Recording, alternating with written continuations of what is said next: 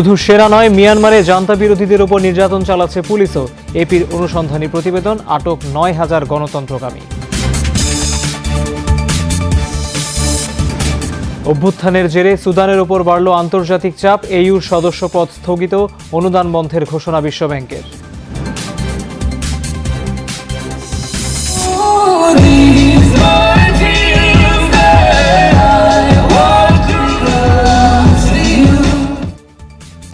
Chocolate দিয়ে বানানো পোশাকে র্যাম্প মাতালেন মডেলরা। ফ্রান্সে বসেছে ঐতিহ্যবাহী মেলাটির ২৬তম আসর।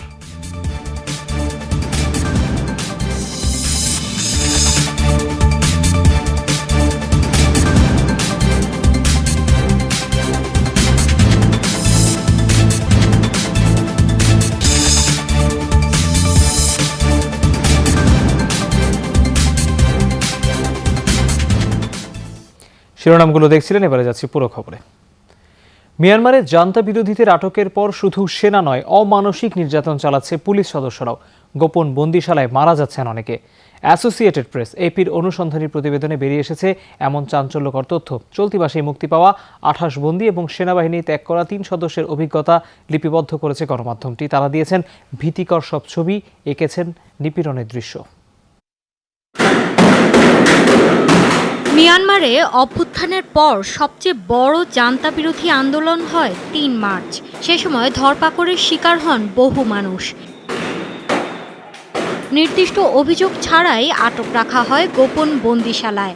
জেরার নামে দিনের পর দিন তাদের উপর চালানো হচ্ছে অমানবিক নির্যাতন। সম্প্রতি অ্যাসোসিয়েটেড প্রেস এপির অনুসন্ধানী প্রতিবেদনে বেরিয়ে এসেছে চাঞ্চল্যকর এ তথ্য। জেরা কেন্দ্রগুলো নরকের মতো, প্রত্যেকটা মুহূর্তে আতঙ্কে। বুঝতেই পারবেন না আপনার সাথে কি ঘটবে। আটকের পর প্রথম দিন ২ ঘন্টা আমাকে বেধড়ক পেটানো হয়েছিল। বন্ধুর অভিজ্ঞতা শুনে তো কেঁদেই দিয়েছি। বিবস্ত্র অবস্থায় হাঁটুর উপর ভর দিয়ে বসেছিল সারা রাত। তাকে বলাৎকারের চেষ্টাও করা হয়। জান্তার অন্যায়ে সম্মতি জানাতে পারেননি বহু সেনা সদস্য। পক্ষত্যাগীদের জবানবন্দিতেও উঠে এসেছে নারকীয়তা। অভ্যুত্থানের শুরু থেকেই অমানসিক নির্যাতন চালাচ্ছে সেনা ও পুলিশ বহর। নিজের চোখে ২ বিক্ষোভকারীকে মারা যেতে দেখেছি। মাথায় পেটানোর কারণে একজন মৃত্যুবরণ করেন, স্ট্রোক করেন অন্যজন। মানবাধিকার সংগঠনগুলোর ভাষ্য, আন্দোলন দমনে এ পন্থা অনুসরণ করছে জান্তা। পুলিশ সেনা সদস্যদের অত্যাচার যে শুধু রাজধানী কেন্দ্রিক বিষয়টি তা নয়, বরং গ্রাম পার্বত্য এলাকাগুলোতেও হানা দিয়েছে নিরাপত্তা বাহিনী। শিশু থেকে বুড়ো, নারী, পুরুষ, নৃগোষ্ঠীর সদস্যদেরও ছাড় দেওয়া হয়নি। যুগ যুগ ধরে রাজবন্দীদের জেরায় এ কৌশল অবলম্বন করছে মিয়ানমারের জান্তা। গেরুয়া বিদ্রোহের পর বৌদ্ধ ভিক্ষুরাও এই নির্যাতনের শিকার হন। রোহিঙ্গা সহ অন্যান্য সংখ্যালঘু নৃগোষ্ঠীর ওপরও এই নিপীড়ন দেখেছে বিশ্ব। বর্তমানে নিজ নাগরিকদের ওপর সেসব প্রয়োগ করছে সেনাবাহিনী। এপির অনুসন্ধান বলছে, এখনও ইয়াঙ্গুন এবং আশপাশের এলাকাগুলোয় বন্দী কমপক্ষে ৯,০০০ মানুষ। কমিউনিটি সেন্টার, রাজপ্রাসাদ এবং সরকারি স্থাপনাগুলোকে অস্থায়ী কারাগারে পরিণত করা হয়েছে। অবশ্য জেরার জন্য অত্যাচার চালানো হয় সামরিক ঘাঁটিগুলোতেই। মৌলি ইসলাম, যমুনা নিউজ। পাকিস্তানে নিষিদ্ধ ঘোষিত তেহরিক ই লাব্বাইক টিএলপিকে সন্ত্রাসী সংগঠন হিসেবে গণ্য করবে সরকার। বৃহস্পতিবার দেশটির মন্ত্রিসভার বৈঠকে এই সিদ্ধান্ত আসে। বুধবার লাহোরের কাছে মহাসড়কে সংগঠনটির নেতাকর্মীদের সাথে সংঘর্ষে নিহত হন ৪ পুলিশ সদস্য, আহত কমপক্ষে ২৬৩ জন। রাজধানী ইসলামাবাদ অভিমুখে বিক্ষোভ মিছিল নিয়ে প্রবেশের সময় বাধা দিলে সংঘর্ষ শুরু হয়। নিরাপত্তা বাহিনীর দাবি, টিএলপি সদস্যদের কাছে ছিল পিস্তল, AK-47 রাইফেল সহ নানা অস্ত্র। পুলিশকে লক্ষ্য করে এলোপাতাড়ি গুলি ছোড়ে তারা। মুহূর্তেই রণক্ষেত্রে পরিণত হয় গোটা এলাকা। টিএলপি মুখপাত্র জানান, নিষিদ্ধ সংগঠনটির বেশ কয়েকজন সদস্যের প্রাণ গেছে সংঘর্ষে।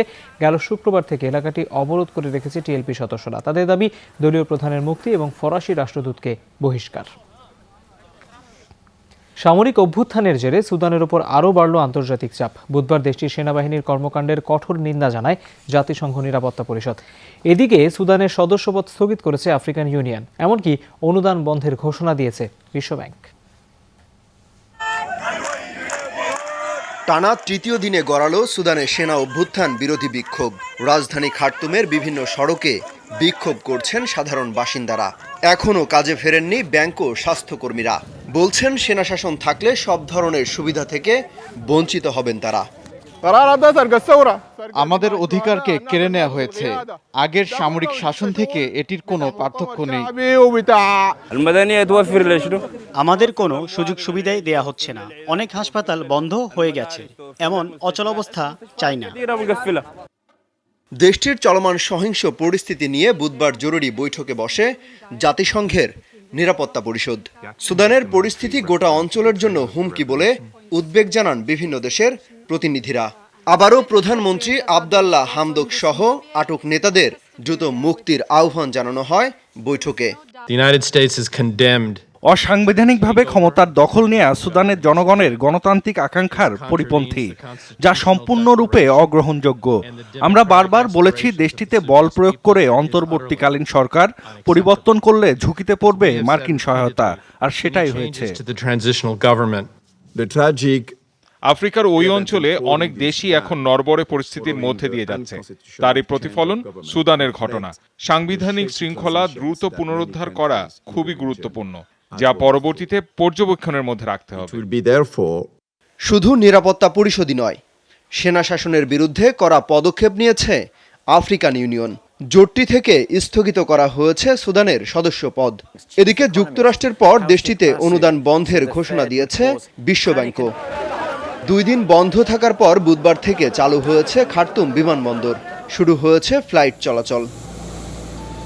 অমিত হাসান রবিন, যমুনা নিউজ। স্পেস রেসে চীনকে টেক্কা দিতে নিজস্ব হাইপারসনিক মিসাইল প্রযুক্তি উন্নয়নের ঘোষণা দিল যুক্তরাষ্ট্র। বুধবার এক সংবাদ সম্মেলনে বিষয়টি স্পষ্ট করেন পেন্টাগন মুখপাত্র John Kirby. Joint chief of staff Mark Milley hypersonic ক্ষেপণাস্ত্র পরীক্ষায় চীন তাৎপর্যপূর্ণ অবস্থানে পৌঁছে গেছে এমন কথা বলার পরপরই এলো পেন্টাগনের এই বিবৃতি। বলা হয়, মহাশূন্য এবং সামরিক প্রযুক্তির জন্য চীনের পরীক্ষাটি খুবই উদ্বেগজনক। জন কির্বি বলেন, মার্কিন হাইপারসনিক মিসাইল প্রযুক্তি বাস্তবধর্মী এবং সেটি উন্নয়নে সক্ষমতা বাড়ানো হচ্ছে। গেল বুধবার ভার্জিনিয়ায় অত্যাধুনিক এই ক্ষেপণাস্ত্রের উপাদানগুলির 3টি নমুনা পরীক্ষা চালায় পেন্টাগন। 2022 সালের অক্টোবরে সমরাস্ত্রটির পরীক্ষা চালাতে প্রস্তুত মার্কিন নৌ সেনাবাহিনী। শব্দের গতির তুলনায় 5 গুণ বেশি দ্রুততা সম্পন্ন এই মিসাইল প্রতি ঘন্টায় পাড়ি দিতে সক্ষম 6200 কিলোমিটার। নিজেদের সক্ষমতা বাড়ানোর বিষয়ে আমরা কতদূর যেতে পারি সে বিষয়ে পরিষ্কার ধারণা দিতে চাই। হাইপারসনিক আমাদের নিজস্ব বাস্তব সাধনা। এটি বাস্তবায়নে পুরোদমে কাজ করছি। এই মিশনে সফল হওয়ার সক্ষমতা আমাদের রয়েছে। কিছুক্ষণের মধ্যেই কলকাতা প্রেস ক্লাবে বঙ্গবন্ধু মিডিয়া সেন্টার উদ্বোধন করবেন তথ্যমন্ত্রী ডক্টর হাসান মাহমুদ। বঙ্গবন্ধু শেখ মুজিবুর রহমানের জন্মশতবার্ষিকী এবং স্বাধীনতার সুবর্ণ জয়ন্তী উপলক্ষে বাংলাদেশ সরকারের সহায়তায় এই কেন্দ্রটি স্থাপিত হচ্ছে। আধুনিক ডিজিটাল সুবিধা সমৃদ্ধ সংবাদ কেন্দ্রে কম্পিউটার স্ক্যানার, প্রদর্শন হওয়া লাইব্রেরি ব্যবস্থা রয়েছে। এছাড়াও বাংলাদেশের মুক্তিযুদ্ধের উপর বেশ কিছু ডিজিটাল কন্টেন্টও থাকবে এই সেন্টারে। সেপ্টেম্বরে তথ্যমন্ত্রী নয়াদিল্লির প্রেস ক্লাব অফ ইন্ডিয়ার প্রথম বঙ্গবন্ধু মিডিয়া সেন্টারের উদ্বোধন করেন। এ বিষয়ে বিস্তারিত জানতে চাই, সরাসরি কলকাতায় যাচ্ছে আমাদের সহকর্মী সুকান্ত চট্টোপাধ্যায়ের কাছে। সুকান্ত, কলকাতা প্রেস ক্লাবে উদ্বোধনের আনুষ্ঠানিকতা শুরু হয়েছে কিনা সবশেষ প্রস্তুতি খবর জানতে চাই।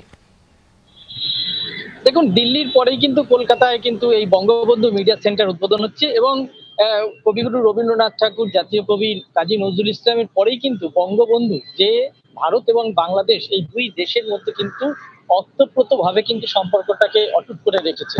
আজকে কিছুক্ষণের মধ্যেই কিন্তু বাংলাদেশের সম্প্রচার এবং তিনি চলচ্চিত্র মন্ত্রীও বটে, তিনি কিছুক্ষণ পরেই আসছেন এখানে। এর আগে তার কর্মসূচি ছিল বিধানসভায়, সেখানে তাকে উষ্ণ সম্বর্ধনা দেওয়া হয়েছে।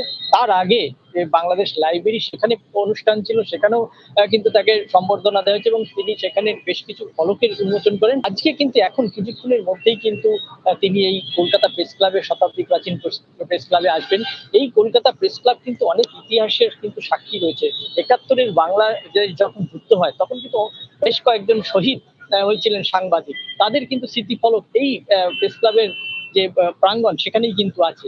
সেসব কিন্তু তিনি পরিদর্শন করবেন এবং তারপরেই কিন্তু পরবর্তী যে কর্মসূচি রয়েছে তাতে কিন্তু চলে যাবেন। সুকান্ত, ধন্যবাদ আপনাকে। দর্শক, আমরা জানছিলাম কলকাতা থেকে, সেখানে প্রেস ক্লাবে বঙ্গবন্ধু মিডিয়া সেন্টার চালু হচ্ছে সেই বিষয়ে। নিয়মিত মাদক গ্রহণ করেন বলিউড কিং শাহরুখ খানের পুত্র আরিয়ান খান। বৃহস্পতিবার বোম্বে হাইকোর্টে চলা জামিন শুনানিতে এই তথ্য দিলেন অতিরিক্ত সরকারি কৌঁসুলি অনিল সিং। এর আগে পুনে থেকে আটক হন মামলাটির অন্যতম সাক্ষী কিরণ গোসাভি। 2018 সালের একটি প্রতারণা মামলায় তার বিরুদ্ধে সতর্কতামূলক নোটিশ জারি করেছিল পুনে পুলিশ।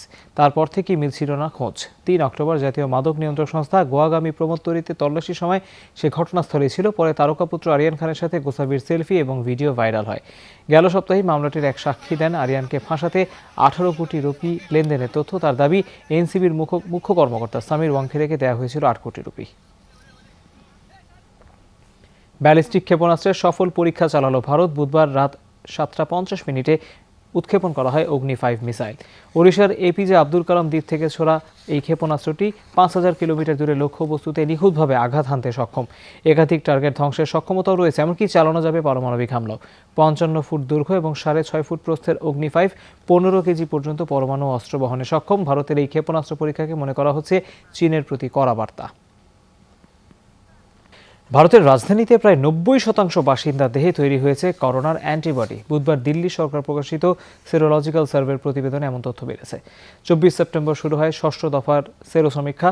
3 পৌরসভার 28,000 বাসিন্দার রক্তের নমুনা সংগ্রহ করা হয়। দেখা যায় বেশিরভাগ মানুষের দেহে প্রতিরোধ ক্ষমতা তৈরি হয়েছে। বিশেষজ্ঞরা বলছেন অনেকে নিজের অজান্তেই আক্রান্ত এবং সুস্থ হয়েছেন। গত জানুয়ারিতে সেরো সমীক্ষার ফলাফলে 56% বেশি দিল্লিবাসীর দেহে মিলেছিল করোনার অ্যান্টিবডি।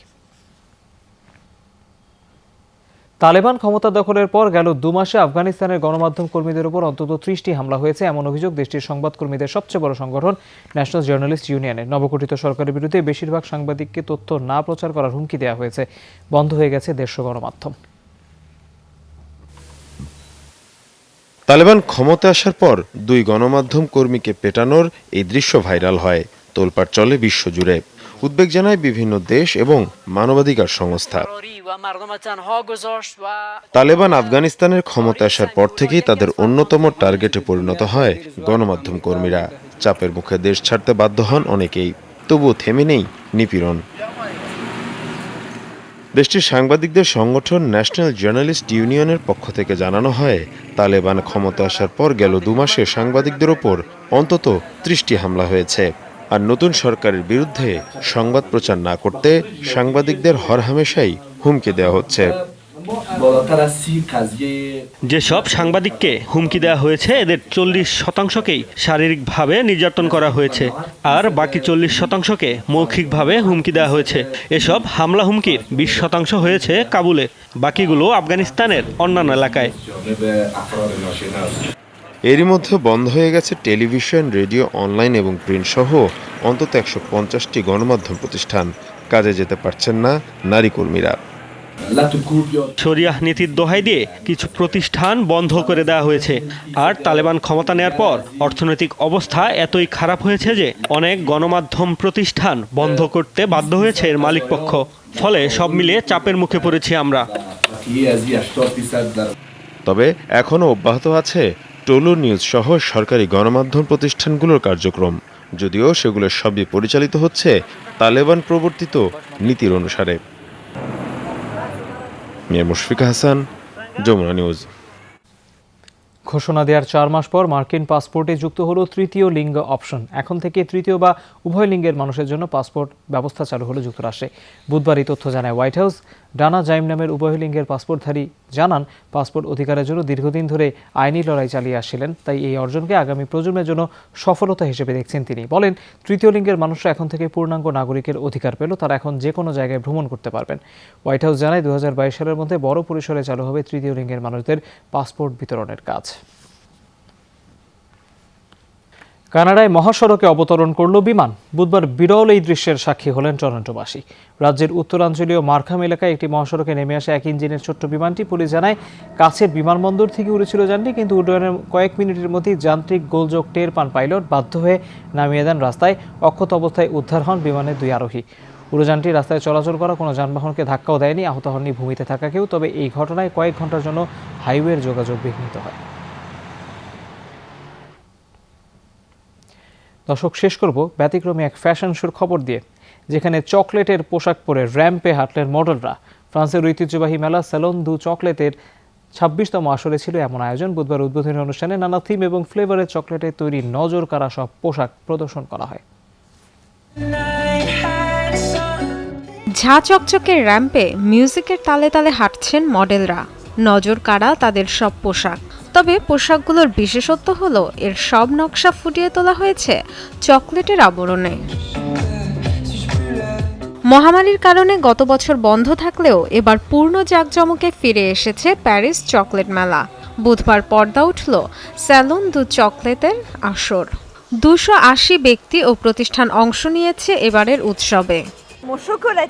শোর একমাত্র পোশাক যার পুরোটাই চকলেট দিয়ে তৈরি, সত্যি অবিশ্বাস্য। পিকাসো থেকে অনুপ্রাণিত হয়ে ডিজাইন করা হয়েছে। খেয়াল করলে দেখবেন চকলেটের আড়ালে তার চিত্রকর্মের নানা প্রতীক পাওয়া যাবে। উপকরণ যখন চকলেট, তখন পোশাকগুলো টেকসই আর আরামদায়ক করাই ছিল ডিজাইনারদের মূল চ্যালেঞ্জ। পোশাকে চকলেট ব্যবহারের মূল সমস্যাটা হলো তাপমাত্রা। শরীরের তাপের কারণেও গলে যেতে পারে চকলেট। সবকিছু মাথায় রেখে তৈরি করাটাই বড় চ্যালেঞ্জ।